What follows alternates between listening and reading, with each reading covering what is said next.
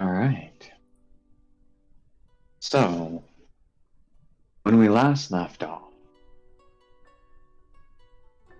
our heroes, after quite a dramatic and exciting entrance into Arvale and Hearthvine, decided that it was time for a much-needed rest.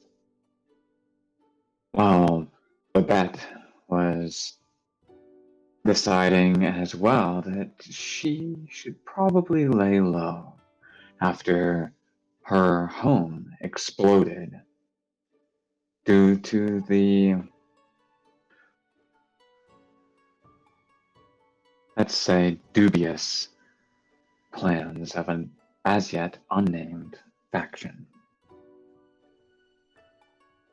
So, she, Arthur, and Zale made out for the town of Budavan, just outside of Hearthfire, riding via train and staying at a haunted spa.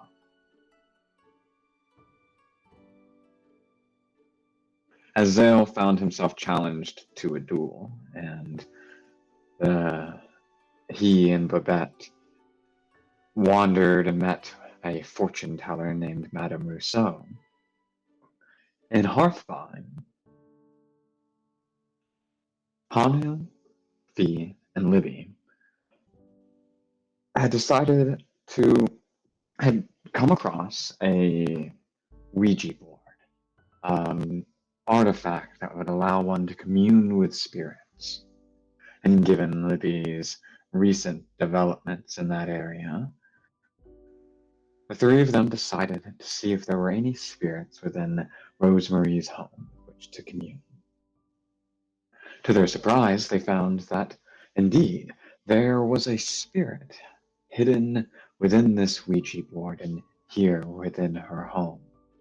A former orphan and also pirate who had returned back to Hearthvine seeking appropriated culture from the Coterie Coast. Specifically, a coral crown that had found its way into the possession of a nearby Museum of Southern Antiquities.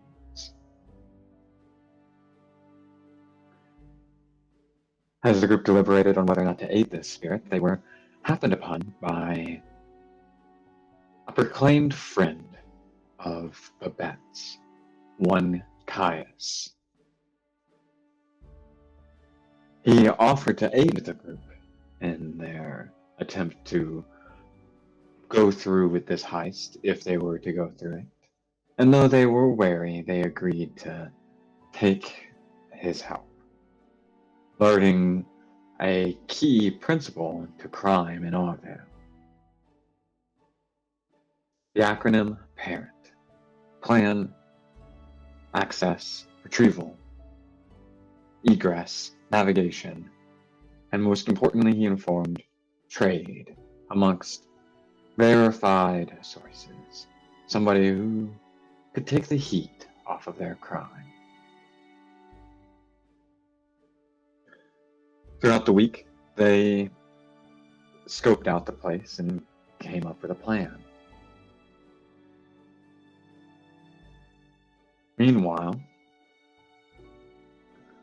Arthur proposed a side trip from their spa vacation to Babette and Zale. After he wrapped up his duel successfully, he suggested that they might go learn how to ride griffins, and in so doing, take a trip to the infamous Griffin's Perch, a casino in the sky over Lake Auburn. At the same time, Caius in Hearthvine was proposing a similar trip to this infamous gambling hall. It comes to you preparing to get ready. Babette and Arthur, you would have had time to go get ready, while Zale, you had to go track down your Friend? your new TV friend. I'm gonna add that on there. Yep.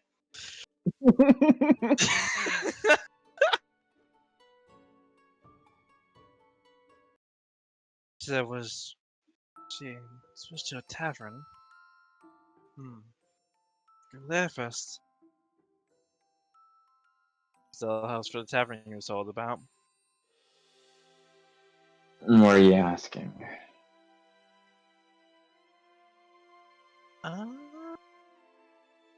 Probably almost stumped. So you probably asked the barkeep. He Famous? I got it.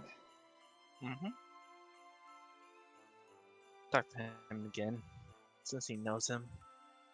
Something wrong with my particular ale? Oh, nothing wrong with your particular ale. It's actually quite good. I was just looking for my friend I was talking to last night. And she told you that she was staying at a tavern of some sort? Kind of points off the direction that she pointed to. He gestures around the tree stump area with the open seating. I'm looking at the only tavern in town. He looks up into the sky. Unless she's up there on one of those clouds. I think you've been hoodwinked. That's the new term. Promise to drink.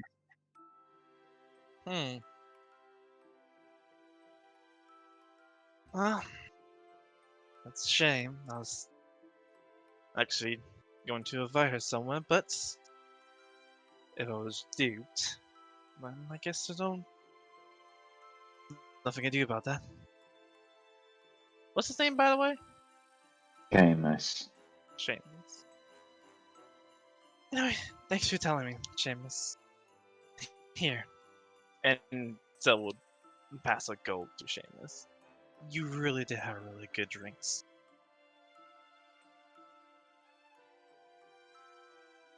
He passed it, and he kind of just start walking. Walking back to the spa. Boy. Stops.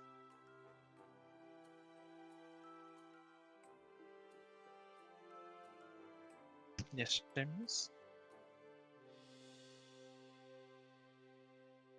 She used to live here, just down the block. Tiny little hut. Looks like it's near about to fall over onto the ones beside it. It's been up for sale, but nobody's wanted to buy it for years. She came in, bought it just the other day. You might find her there.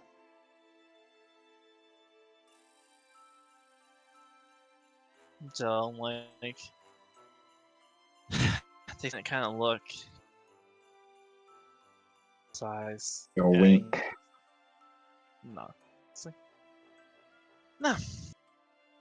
I'll go see him then. Hopefully she won't. Hopefully I'm not intruding. You won't be if you knock.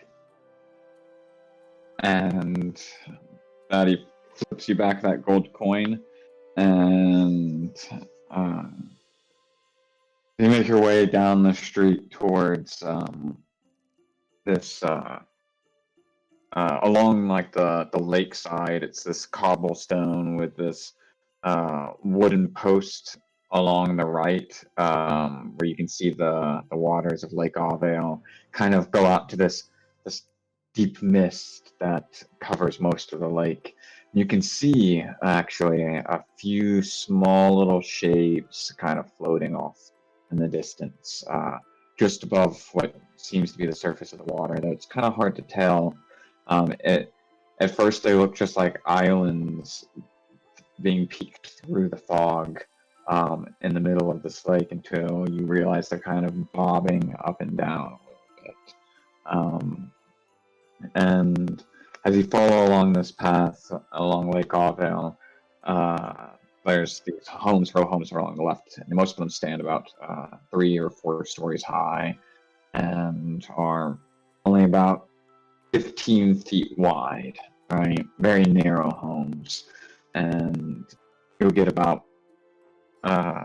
6 doors along one of these row homes before the building ends, and then there's a short little alley, and you can see between the alleys it's mostly like dirt hills moving upwards into like a few little copses of like bushes and small gardens in the back.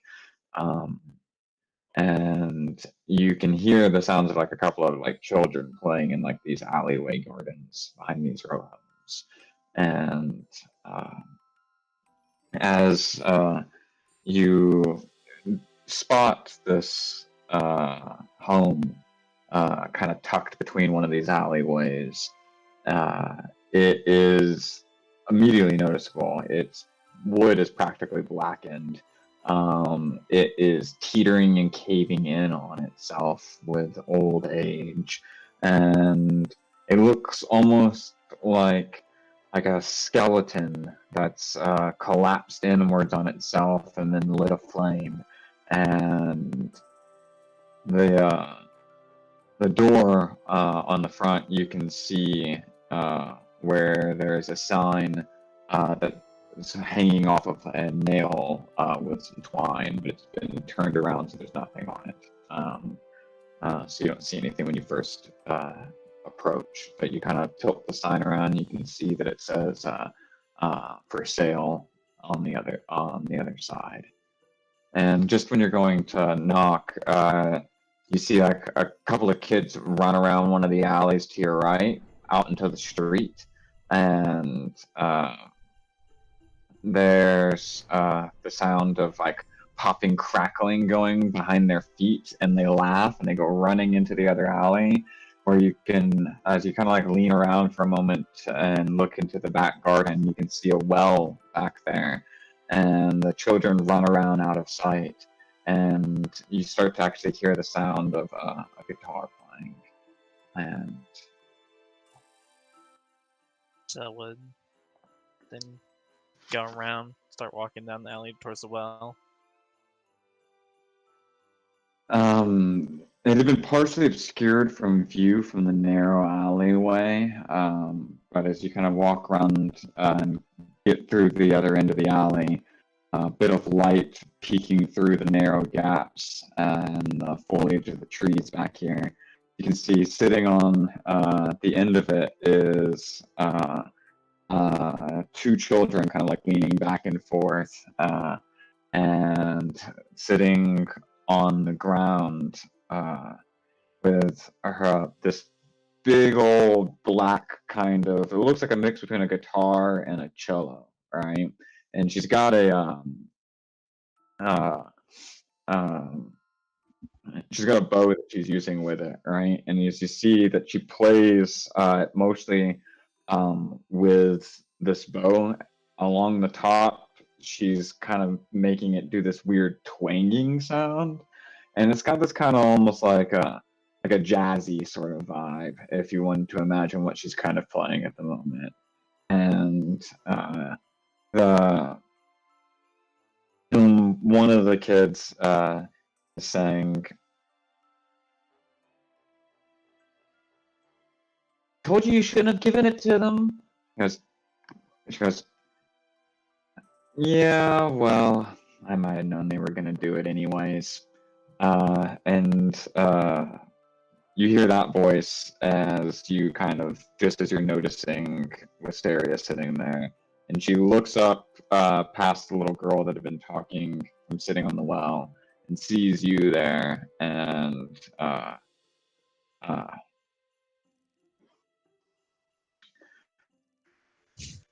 oh, hey, show off. Hey She's still there, playing. and so it's kind of leaning. He's just kind of listening, seeing as she's still playing. Kind of listens for a little bit, and then waits till she's done. She's kind of just like doing like a vibe almost, right? You get the feeling that she's been playing this like kind of. They were in the middle of almost like a quiet conversation, right? When you walked up, not really like whispering, but just talking. And as you kind of lean, he nods in your direction and goes, "This person returned my guitar to me, and I almost lit him on fire." "What? Why did you do that?" "Sometimes I'm hasty. That's why you should always think before you act.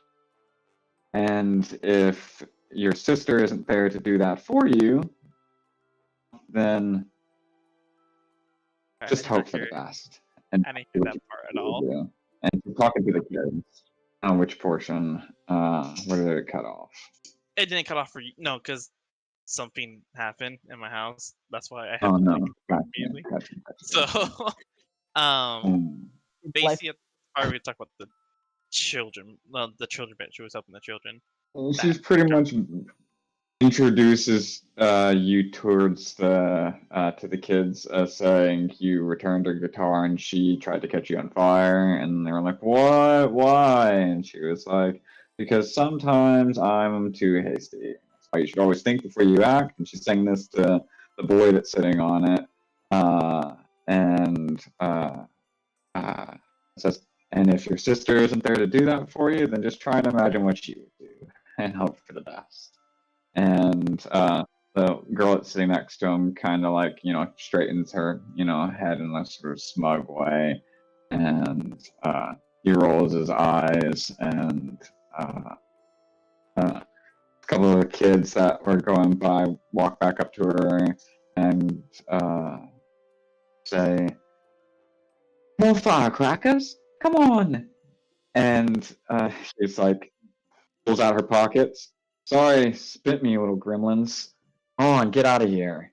And stands up and kind of stops playing for a moment. And you see she puts her instrument back into her guitar. She's like, "So, you tracked me down. What are you, a bounty hunter kind of adventure?" So, chuckles. No, no, no. Shame is on me. I was actually looking for you. Bastard. So funny, man. I think he was being nice. No, I mean, again, I am not used to this, so I am nervous actually asking this. Would you like to come to? It's Griffin's Point, right? Before I say it. Would you like to come to Griffin's Point with me? Griffin's Perch, and um,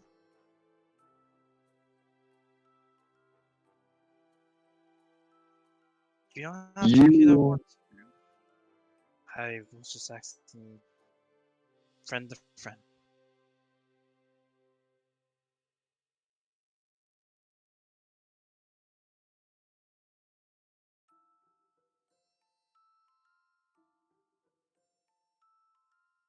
okay? You're really good at this, I'll admit. So I'll go gambling with you. I'd like to see your poker face, anyways. Oh, my character face is, as you say, not as good. Probably gonna be bad. Well, you're consistent, I'll give you that. This Styx routine of ignorance naivety, I'll, I'll give you points for the fact of dramatic irony. It's a little too dramatic. But I wasn't doing anything today. I'm assuming it's on your dollar. Want to show off? Oh, let's go then. You meet two of my friends. Yeah, friends.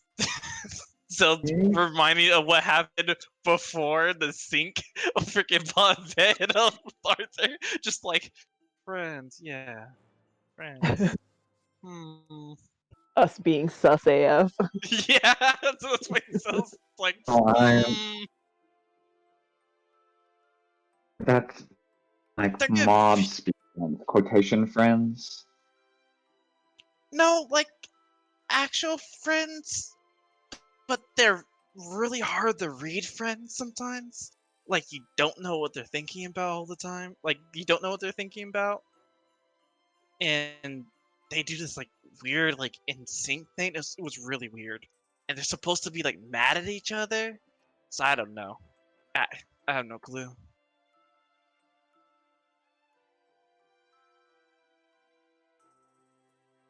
So So it's your just like friends strikes. are actual, real friends.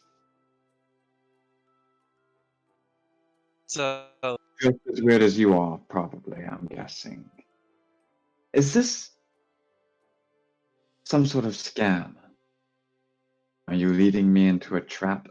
I gotta be honest, this adventurer naivety thing seems dubious. mm, to be fair, I mean, honestly, not driving to a trap or anything.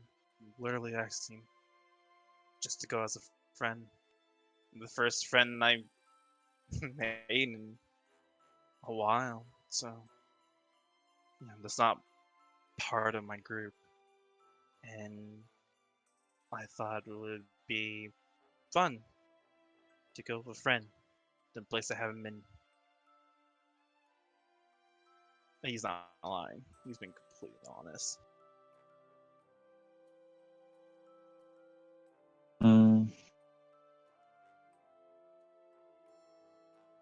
Alright, I can deal with weird. As long as you're not serial killer weird, that's all I care about.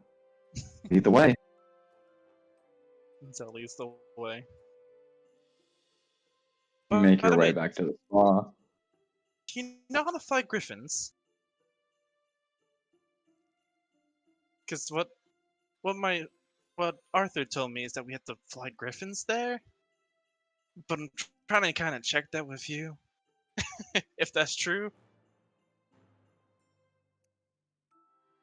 Oh, absolutely. Real tight.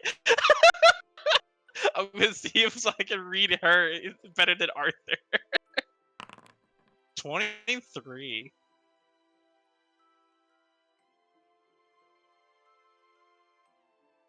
23.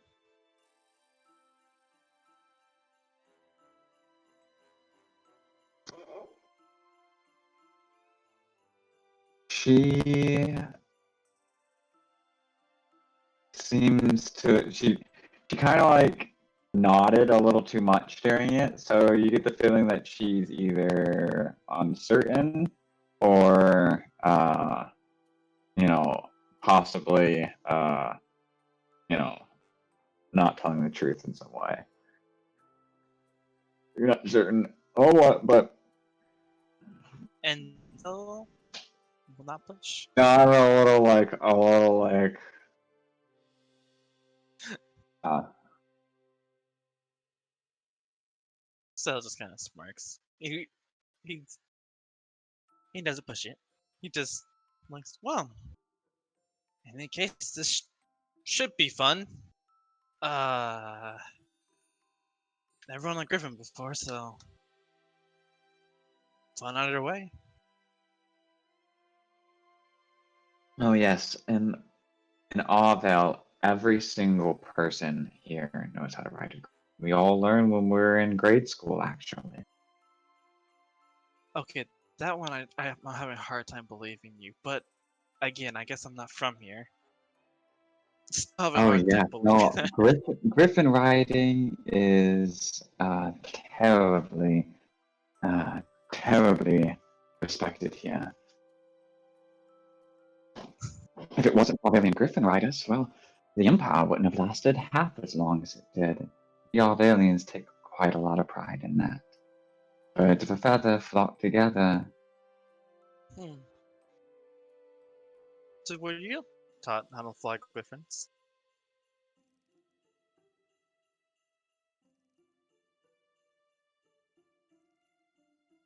Oh, well, I skipped out on those lessons, unfortunately. School wasn't really my style, you know? Hmm. But you look kind of like the bookish type, though you're surprisingly spry on your feet, I'll admit. Oh, thank you.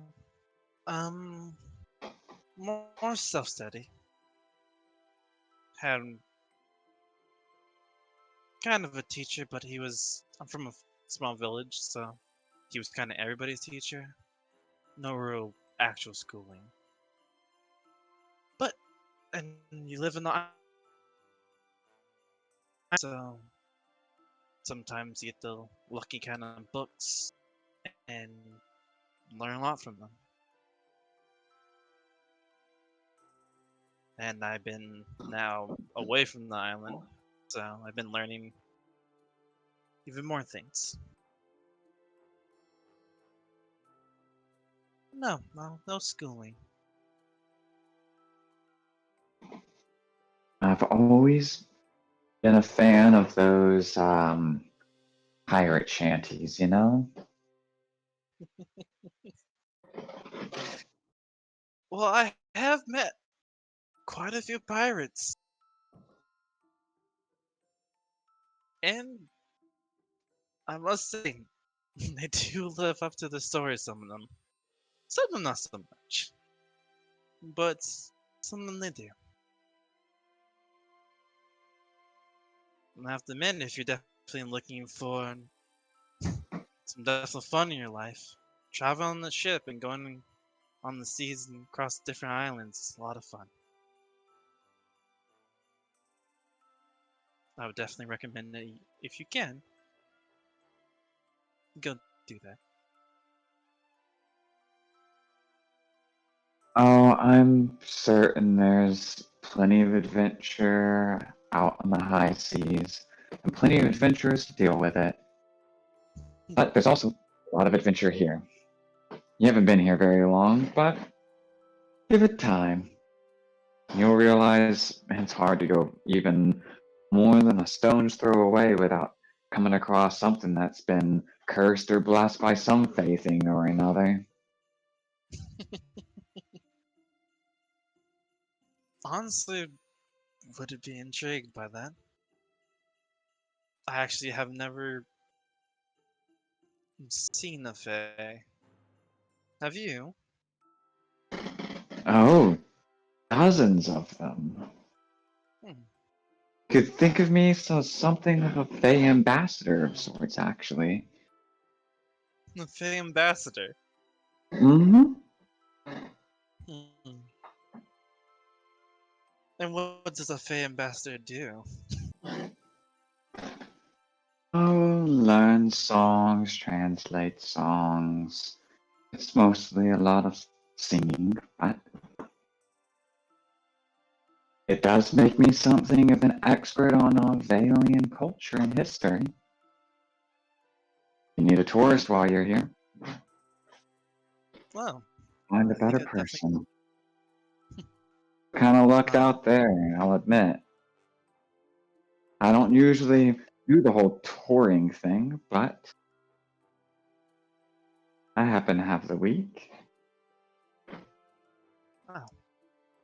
And you kind of arrive at this point, like down the end of the Lakeside Avenue to in front of the spa, where you can see Arthur and Babette out front after you would have had time to gather your stuff. Babette, change, do anything you wanted to. I probably would have changed uh, into whoever I was gonna Different be. person. Yeah, What do you I'm look like at the I'm moment? Aubrey now. I'm a human, like probably I don't know 5'10", and I'm a you don't know if I'm a man or a woman. Yeah. Kind of dark hair. Yeah, just kind of a little rough and tumble looking. Not like too I'ma stab you if you look at me funny, but definitely like don't talk to me. Yeah. Very hunter vibe. Yeah. Alright, alright.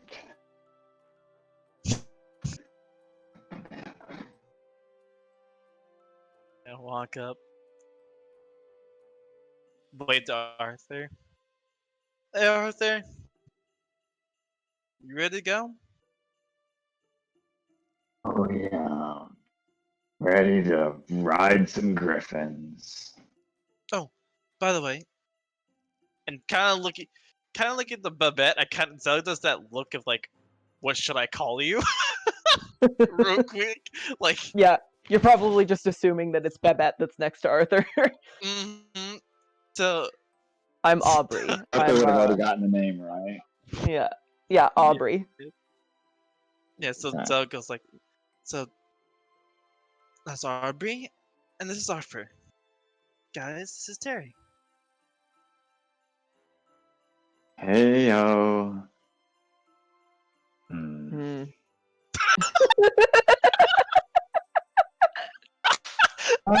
Alright then. This is gonna be a lot of fun. I can already tell. So it's like That's what just face vacations are palm for. me. Arthur walks on like past and like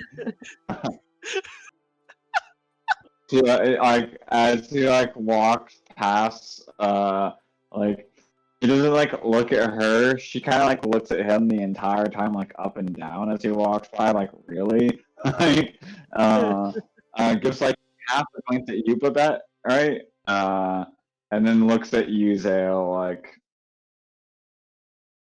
arms crossed, tilts her head. Oh, after you. Let's go gambling, I guess. So it's like at this point, like he kind of has a face palm, and just like kind of goes like, "I'm sorry, I didn't think to be like this. They were okay Oh, before." actually, they're about the only reason I'm believing that you're actually an adventurer now. I'll be honest. That's fair. So just like that's fair. Shrugs.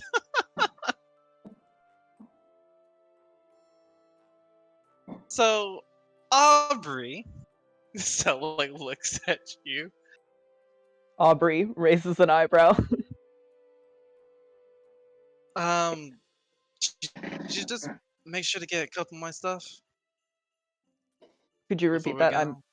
I missed what. Oh, Zell said, "Did you make sure to get like a couple of my stuff just in case?" Couple of your things. Mm-hmm. I don't know. Did I? Probably not. Just a couple clothes. Zell was actually. I'm not your babysitter, kid.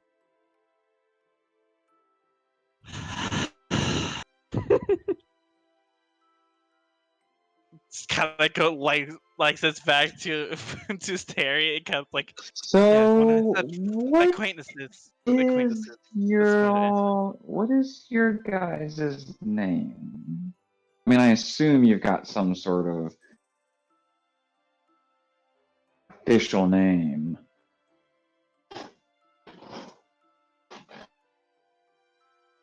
Some things for a second. He kind of doesn't say it. So thinks for a second. I was thinking we're trying to be our AK NATO, but I am terrible at fucking lying. Alrighty then. So, Let's just say we're not trying. don't worry. I don't want to know anything that might, get me killed. I take it back. Okay, sorry. Oh, griffin riding. So it's like this place just like, why can't anybody other talk? Why do we this too much awkward? I thought it was gonna make it awkward. Everybody else has made it even more silent awkwardness. Oh, You're but the thing enjoying is it, that you're that's making why. it more awkward by feeling awkward. I know. It's like I don't know what to do in this situation. So Arthur leaves because it's like hi. That both of you simultaneously do the whole thing again, going. Just that's just spot. He's just like hi. You know, Chance and I I have don't been know so if in they're. sync the past couple days. Oh. You get you walk on an awkward kind of, reddened you know intensity as you make your way along the lakeshore path. You briefly go through kind of like a copse of woods. It's got a few like benches and stuff that have been like placed along it, and it feels like it might be like a common nature path. And it eventually opens up along the lake shore, and it's a really rocky shore consisting of mostly small, smooth pebbles that have been cast up along the side of this misty lake. And along this rocky shore is a small fisherman's hut, a little tiny rock coming off the end of it. And you can see that there's like a boathouse next to the wooden dock, and outside of it you can see what appears to be one long rowboat. Looks very like almost like Norse Viking style, but at the front of it is carved like a griffin.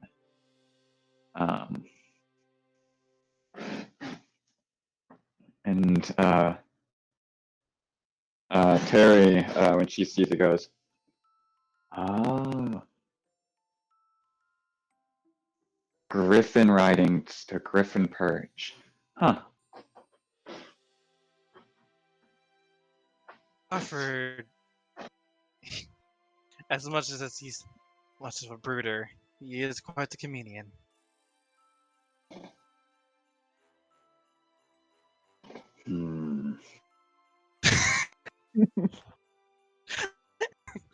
So at this point, it's just like, you know what? You made this you made this awkward. Fuck it. See,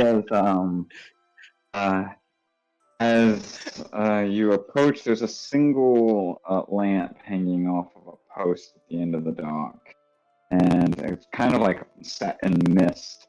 And Arthur walks over towards it, and there's a moment when you can like taps the inside of it, and you see suddenly a bunch of fireflies on the inside light up, and it glows with this greenish glow. And this area of green light in the fog that you guys are standing in, it's a bit chilly, and shiver there for a moment. And it's a little eerie, actually, the way the sound of the wind cuts through these boards on the pier with these creaking noise back and forth, back and forth. And you stand there for probably about 10 minutes. If there's anything you want to say in that 10 minutes, but Arthur kind of just stands there with his arms crossed, staring out across the lake. Is like you said, it's chilly. Like, is it like chilly enough that like people are starting like to like shiver? No, not really. I mean, it's Avale at this point in time. You can see she's like wearing a different jacket than the one before, but it's still like a sleeveless vest coat that goes down long. This one is green rather than the gray that she was wearing before. She seems to be mostly in green and brown today. And but she doesn't seem to notice the cold like in the slightest. Like looking around, you figure it probably has something to do with her tiefling heritage. She seems to be the least one noticing of it, and it's a little chilly if you, but nothing so much that you wouldn't be able to like possibly sleep through. Just you feel the encroaching of winter, and just chilly enough for a fog to have settled over the top of this lake. So it is reading the fucking room and just being quiet to make it less awkward. he is he is mastering it. He's like, I am reading this. You know what? Let's just be awkward and enjoy a little ride. I'm not gonna say anything. She lights a cigarette, and by the time she's almost finished with it, you see kind of burning down to like this last little ember. You see as the boat kind of actually rocks, and you hear for just before you see the boat rock, you hear this kind of like ruffling of wings fluttering past, and then you see the boat itself rock,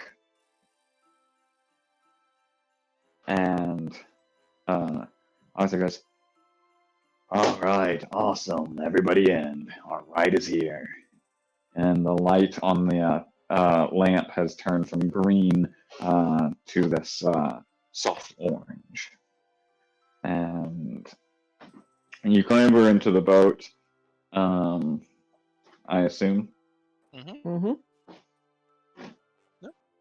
So walks in the boat, and reading her personality is not gonna offhand because she's an independent fucking woman. And knowing that Zoe's probably gonna look like a fool. She doesn't even notice actually, because she just kind of steps in and she's looking like up like into the clouds or something. Kind of like she like looks up and around, and she steps down into the boat, and she sits down and then looks at you and goes, "All right. Definitely off to a more interesting start than I thought."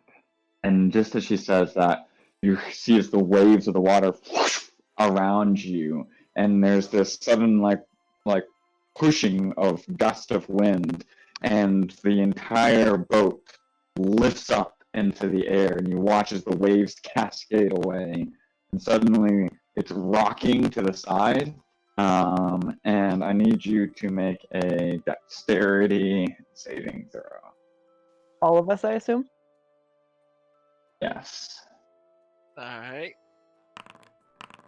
16. Nice. Terrible. Yeah, no, you managed to hold on. As does Arthur. Wisteria doesn't even grab anything. She doesn't grab onto anything. This like the sudden jerking motions of it hardly even seem to sway, even seem to affect her. She kind of just easily sways with it the entire ride, like leaning back like she's on a roller coaster ride for one portion. She's like looking up and around a lot during this, and not like at the boat or down or anything. As you kind of like glance off over the side at one point, and you see like as you're getting further and further away from like the shore until it disappears underneath fog, and you rise up into this mist, and you fly like this for about 15 minutes, soaring at like crazy speeds through it. The wind's cutting past you. It's definitely starting to feel much chillier.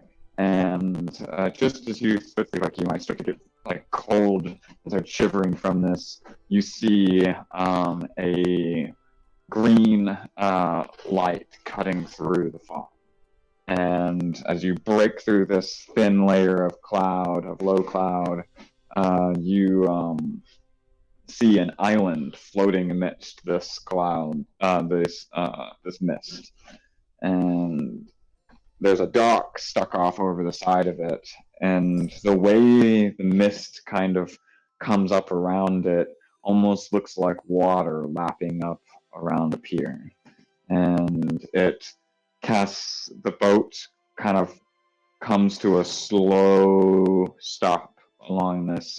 You can see the mist kind of flow away from the shape of your boat and spill off over the pier. And the light turns from green to orange. And Arthur steps out with a slight sway, like, well, I love that every time. All right, guys, welcome to the Griffin's Perch. And as you look beyond him, it's a you can see quite a lot of nesums, like these bird-like cats flying around between the trees here. And there are about 6 buildings that you can see from this vantage point that are somewhat fortress-like in shape, but they are all adorned with these golden statues of griffins at the ends of them, where you would often find gargoyles. And the steps that you rise up across are all made out of solid gold. It is you're pretty much looking at bits of golden like light and buildings sticking out of a very foggy island. Like in between all of the lights and the steps, it is Extra hard as to hell. see in front of you, and Hmm. it's extra. How It's is it's strange. It's strange though because the golden motifs and colors almost seem to serve a more utilitarian purpose here than you would expect. Though it is very showy. At the same time, you get the feeling that if it were a lesser shine, you wouldn't even be able to see most of these buildings through the fog up here. And so the gilding on all of it does seem to make it easier for you to spot your way through this foggy island, okay? which is mostly like what you can see are 6 plateaus carved onto a mountain that's floating, a very small mountain. And on each of the plateaus is a castle that's got golden griffin statues adorning the edges of it. And as you approach up to the first one, Just out of curiosity, so I was watching her on the boat and then watching her to this point. How is she, like, body language and like, all give me off right now? as she kind of go in, she does like a slow like circle thing, you know, just taking in the sights and stuff. And he goes,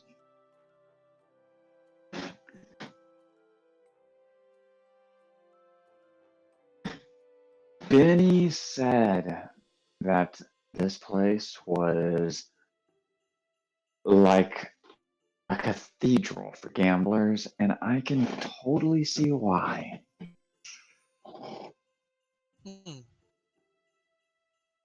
Yeah, it's a lot to kind of take in. Not gonna lie to you. So it's kind of watches and kind of looking around. Alright, so there are 7 keeps here.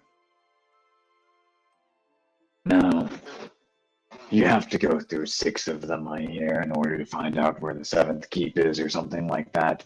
We don't have the time for that. We're just here for the first keep. And the first keep you can bet with gold. And the second keep, bet with jewels. And the third keep you can bet with property. And the fourth keep you can bet with magic. And I don't remember the ones past that. But the stakes get higher and higher the further you go. They say that in the 7th keep, you only bet with your life. So I have no interest in finding out about that, and I would suggest that you kids avoid it as well. That being said, I am going to go get something to drink. Babette, would you care to join me? I would have told him my name was Aubrey. Oh yeah, that's right. Aubrey, would you care to join me? Of course. God, just watches them go. Good luck, kids.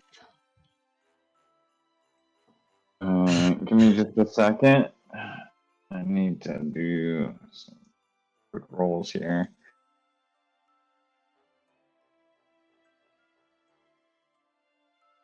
That's ominous. And We're splitting up the party already, I see. Okay, I'll be fine, guys. I'll be fine with myself. oh, Totally damn, joking. fucking Arthur, smooth as shit. Oh. It was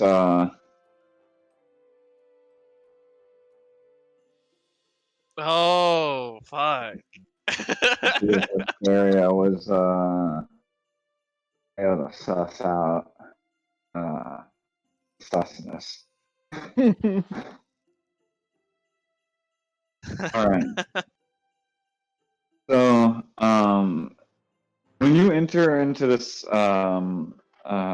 casino in this first keep, it is from when you get inside, you can see that there's a bunch of statues in here cast out of gold that are they stand about 10, some of them 20 feet tall, of dwarfs. And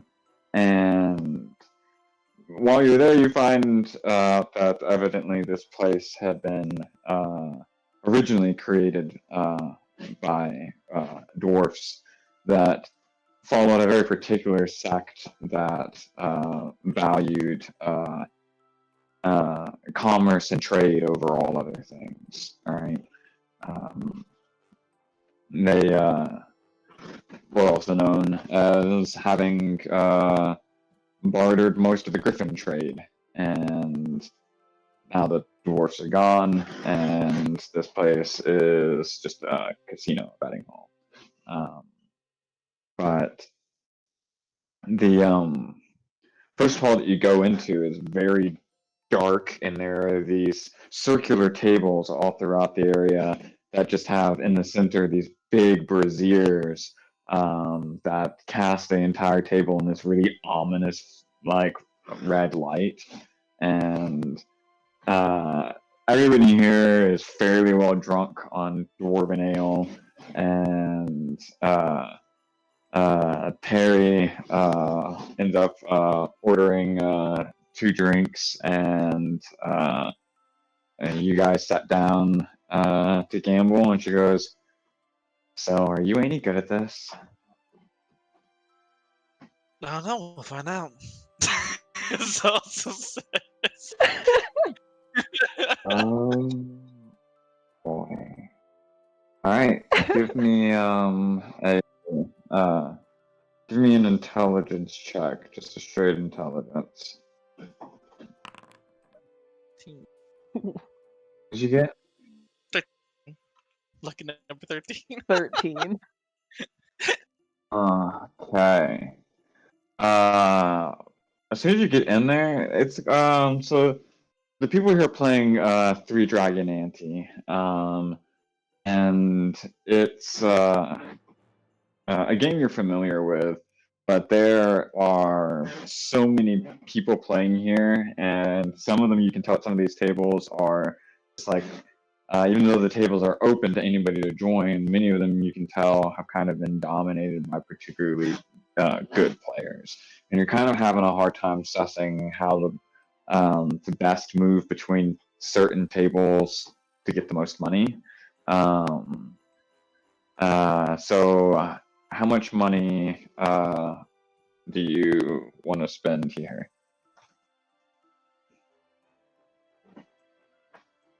We'll start light. We'll do 2 gold. Okay, start off light would be 5 gold. 5? So 5 gold. Alright.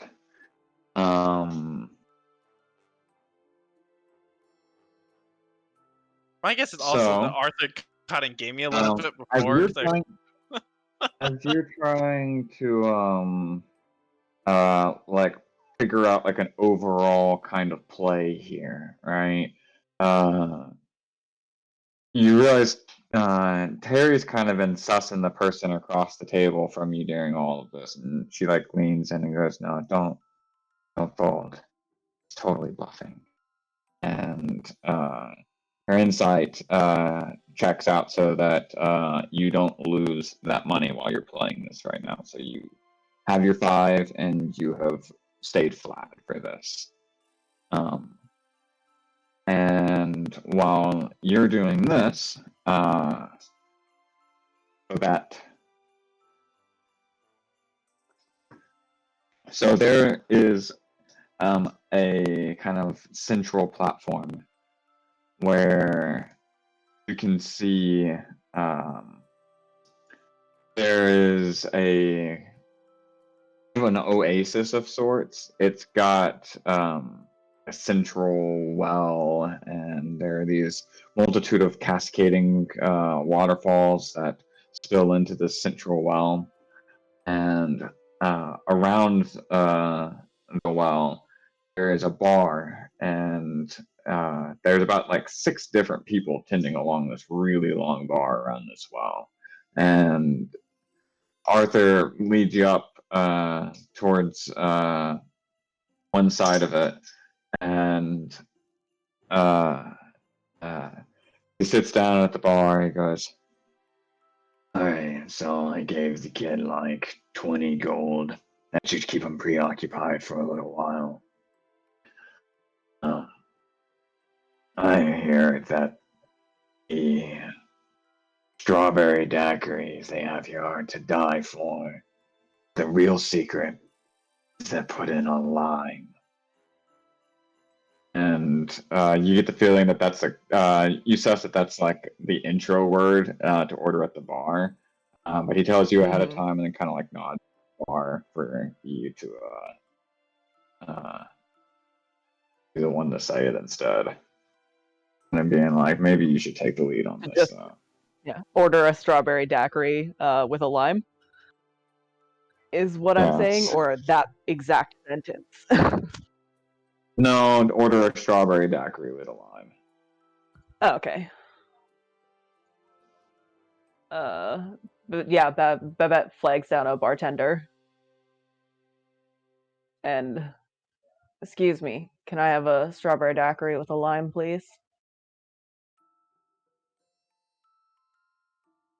He looks you up and down. Give me persuasion or intimidation, your choice. My persuasion is better, so.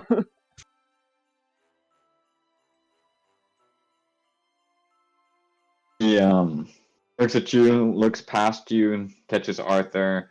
Arthur kind of like just gives him like an even look, and He'll have one too. he taps the tip with 2 fingers.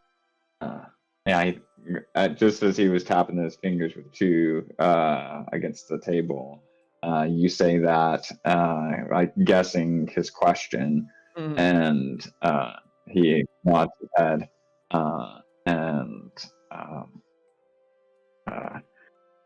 pulls underneath the counter, mixes 2 drinks, and leans in and says,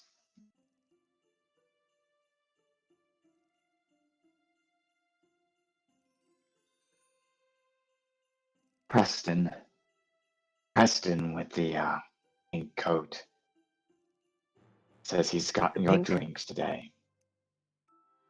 And he like nods across the way to you can see this guy's wearing like a really long pink coat that tails out with this like actual peacock feathers attached to the bottom of it. He's as far as you can tell, from this distance, you have no idea what potential race this person could be because the outfit is obscuring most of that from this other side. And so ostentatious. And they're in the middle of a conversation. Yeah, but very ostentatious. You can see that they're currently engaged in a conversation with about 3 other people. And as you walk back with to Arthur and you hand him the drink, Arthur takes a little sip of it and walks with you towards that direction. And as you point him out to him, Arthur goes,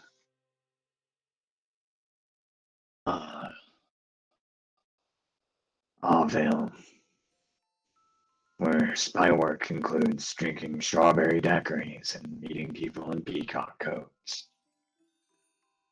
Love it. Great, isn't it? I'll let you take the lead here. Seems to be more your ground anyways. Okay, before I take the lead, I am gonna need to be reminded of exactly what it was we were trying to accomplish. So, Arthur, so you're just there to discuss setting up a laundering operation with him, meaning that any illegitimate money that you get would be funneled through this operation of theirs, and Okay. meaning that it wouldn't be able to. So you guys could go and rob a bank and mug a bunch of people along the road, and steal from the queen, and these people would funnel all that money so that it doesn't get back to you guys. Okay, so we did all of this before we talked to Madame Rousseau, or this is what we're doing before we talk to Madame Rousseau, basically. Okay. Or no, I mean, oh wait, talk to Madame Rousseau about what? You The trying to go smuggling. back to talk to Madame Rousseau again? Oh no, I thought that Oh, we if were you would gonna like to talk to her. do something for her. No, I thought that that's what we were going to do as well. But if we're just Oh, setting this up so that we no. can do generic crime, then okay, Yes, I yes. misunderstood. Oh, no worries, my bad. It is just set up business relationships. Okay. And how well known would this face have been? Like, I've probably been here a couple of times, enough that they didn't immediately question me when I asked for the drink. You haven't been you've been here twice in the past, but it wasn't as this face. Okay. But you get the feeling the face you pick whenever you're usually doing other kinds of business like this for a reason. It tends to be more easily bought as being part of the business. And like, for example, if Zale had walked up and ordered a drink, They would have been like, nah. that's the persuasion check. Okay. Familiar to them. Cool. So yeah, we walk up to Preston in the pink coat. Yes.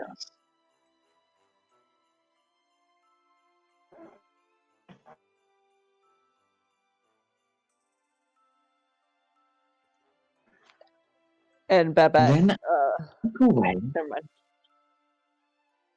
as a mouse. and the rest of the group all laugh for some reason, and you're like, "What?" He's just got done telling some story or something, and as you kind of make your way around, you can see that it's a satyr actually wearing this ridiculous outfit, and the satyr kind of turns around, and it's just strange seeing the satyr with like the back part looking like a peacock, right? And you're just like, okay. The legs turn around, you see the horns and stuff, and you kind of like notice the drinks in your hand, and Preston like immediately like turns at such a point where like the tail feathers of his hit the people he was just having a conversation with, right? And they like typically get like brushed aside with it, and you just like look around, and then they just right. As Preston goes, an acquired taste, I see. I'm not familiar with your face, though.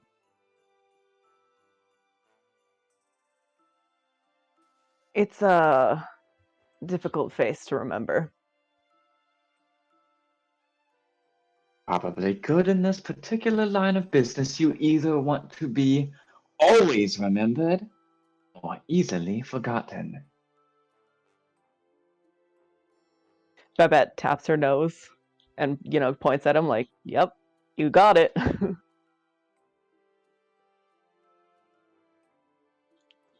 Well, I was actually hoping to open up a business account. oh, an account, you say?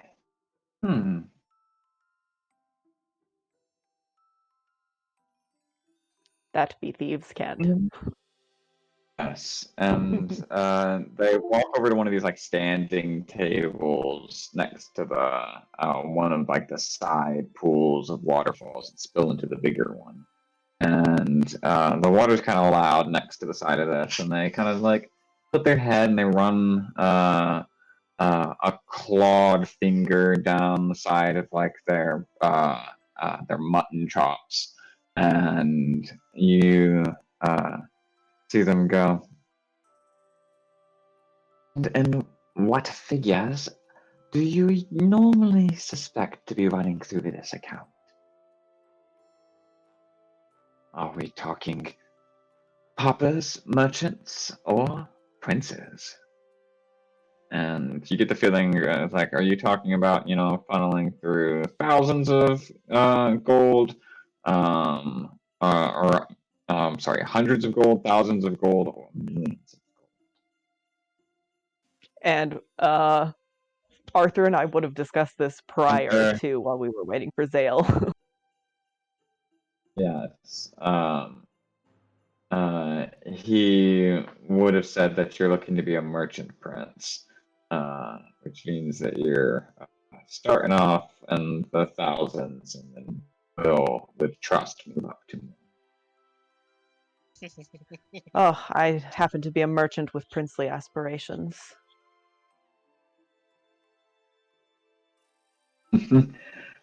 Grand aspirations are the key to not dying before our time.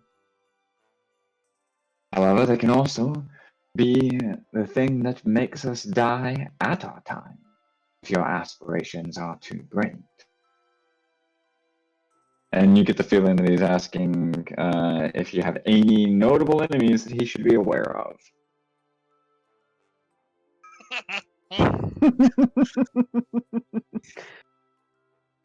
Well, Aubrey doesn't, so I'm gonna say, in thieves can't know. Brain can't think of clever way.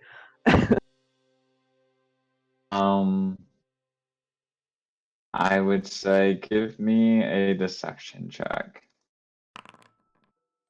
Ooh. I mean, not bad, not terrible. I rolled an 11, guys. Oh. All right. Well, then that is good. Did I he believe seem that to we can believe? put this to seem to. He reacted rather quickly to it Okay. and goes, that is good.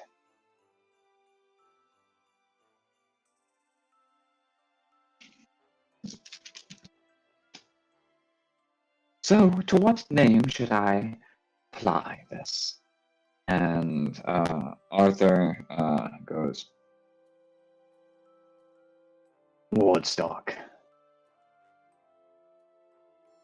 Goes, Woodstock it is. And I am to suppose that you will be the Bondi. And Arthur goes,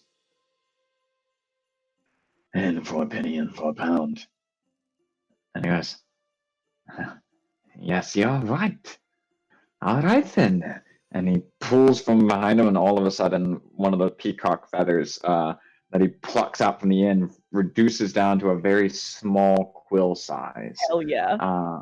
And you see as a contract materializes in the air, and it floats for a moment, and the peacock feather scribes across the top of it.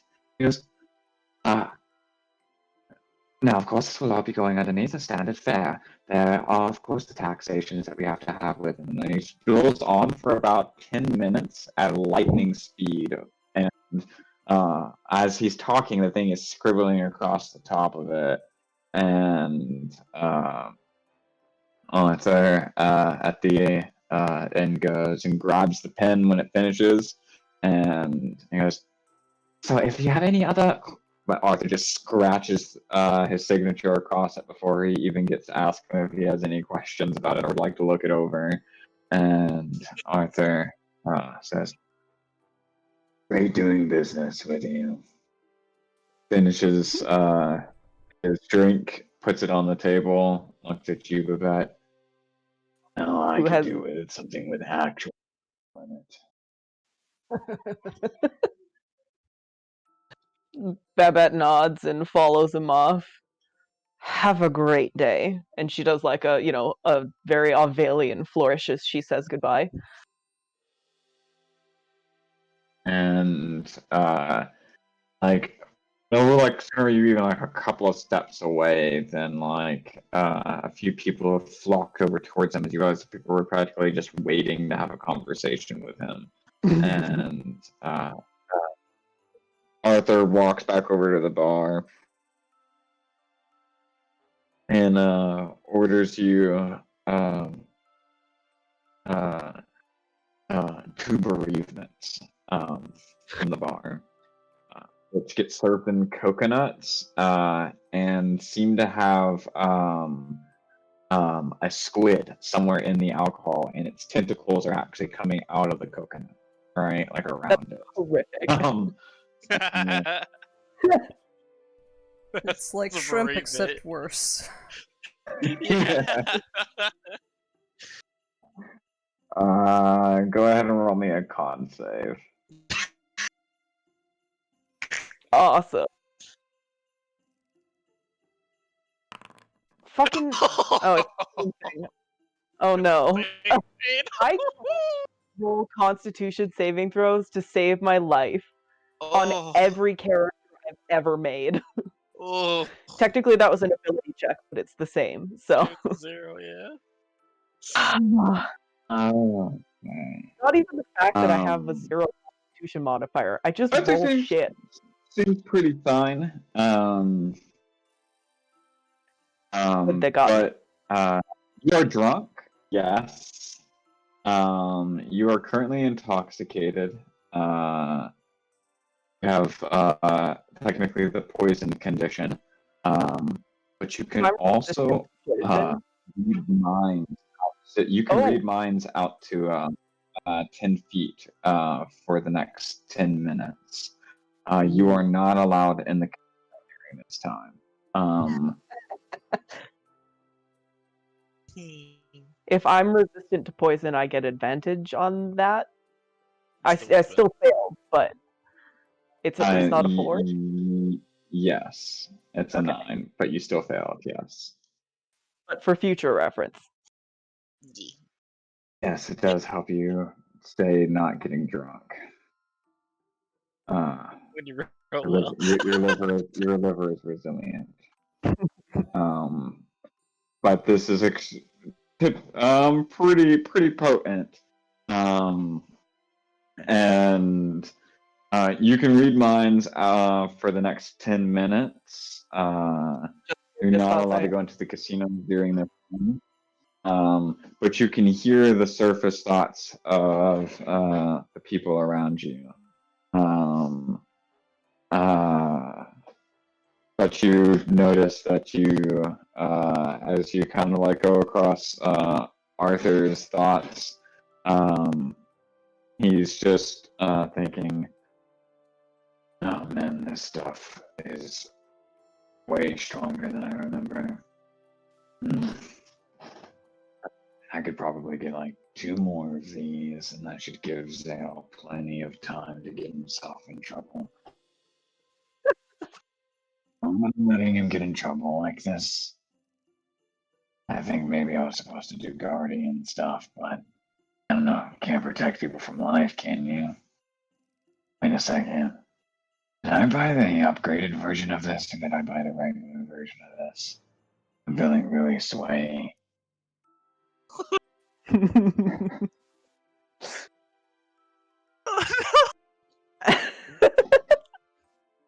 Bevitt just kind of like leans back and has a fun time listening to Arthur's inner monologue for a couple minutes. We're gonna take a break during this time. Get into trouble.